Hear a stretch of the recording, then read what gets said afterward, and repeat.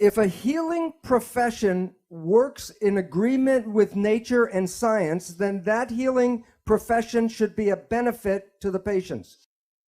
But if a healing profession does not understand science and nature, then it may be a detriment to the patient. The leading causes of death in the United States are as follows. Number 3, cancer, with 553,000 people die every year. Number 2 is cardiovascular disease, with 700,000 people die every year. And the leading cause of death is called iatrogenic illness.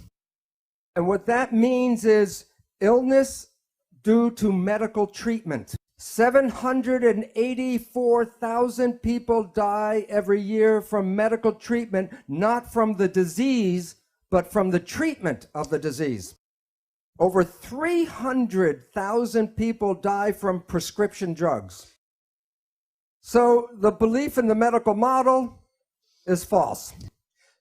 Science is like a building with many floors, and the lower floors are the foundation for the floors above. The first floor in science is mathematics. Before Newton could understand the planets and how they move, he had to create differential calculus. From mathematics, then we go to physics. So Newton took us from math to physics. The study of matter leads to the study of chemistry. There are different kinds of chemistry till you get to biological chemistry, biochemistry, which then leads to biology. And then from biology, we go to psychology. There's a law involved here. If a science on a lower floor changes its belief, all the other sciences above must accommodate that. So in physics, the one that we are using in medicine is Newtonian physics. And so we want to understand how the cells work. We must understand mechanisms. And mechanics equals physics. So you can say Newtonian physics, Newtonian mechanics, or quantum physics and quantum mechanics, same thing. So before you can understand how biology works, you must understand mechanisms. That the physics that we talked about, Newtonian physics, said that the universe is a machine made out of matter.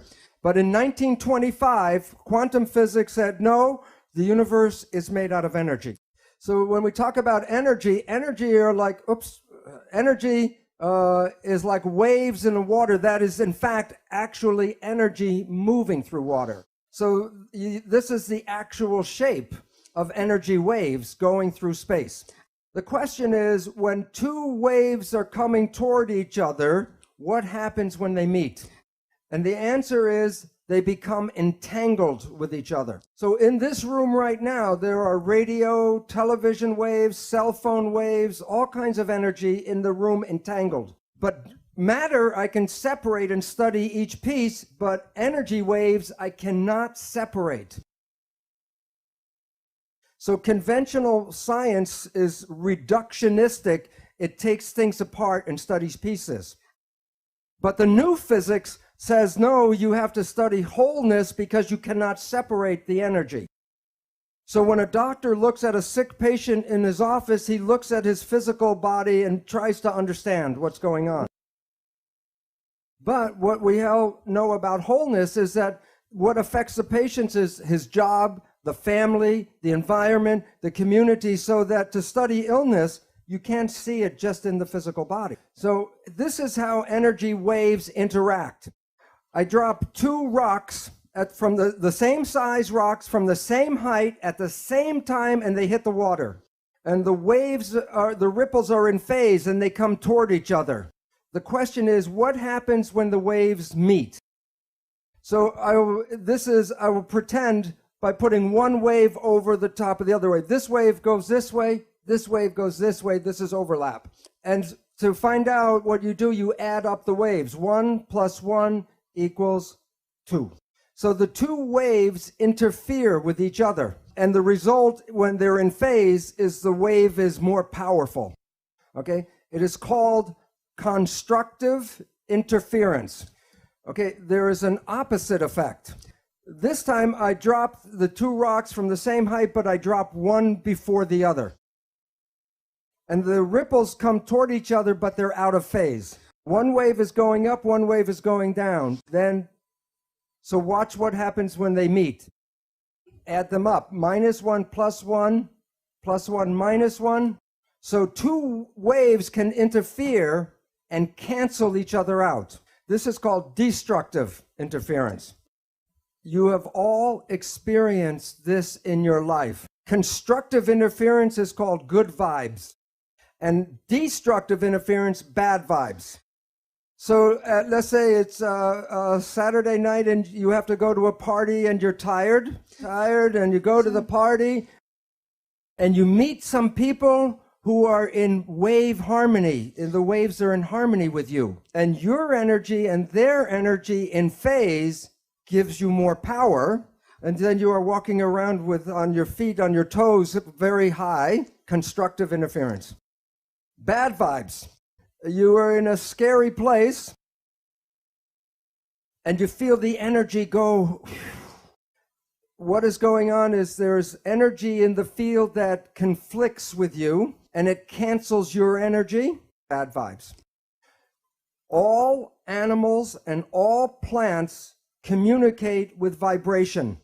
The gazelle doesn't have to go up to the lion and say, "Are you my friend?" Because at the distance, the energy could be felt and the gazelle will not go there because of bad vibes. This is a picture of a gold atom.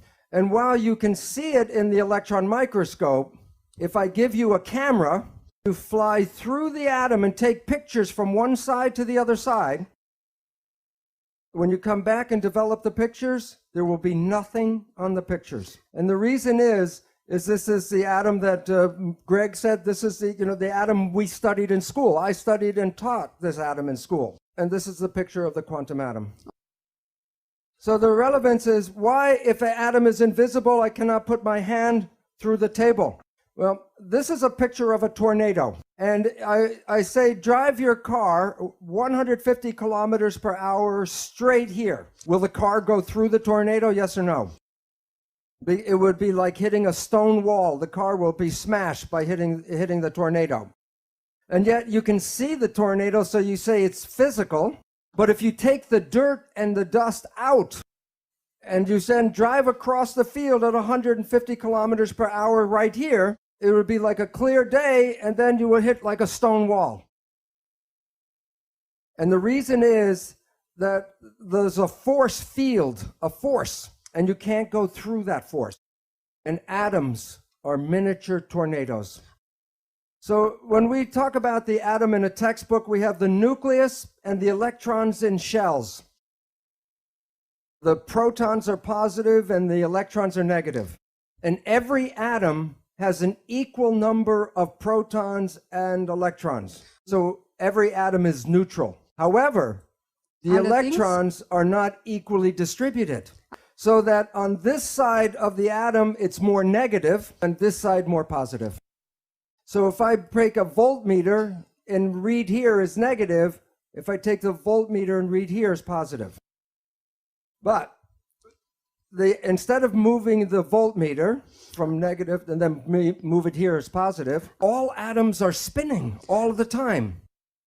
So as this atom is spinning, then I put a voltmeter, and one side red is positive and negative, red and blue.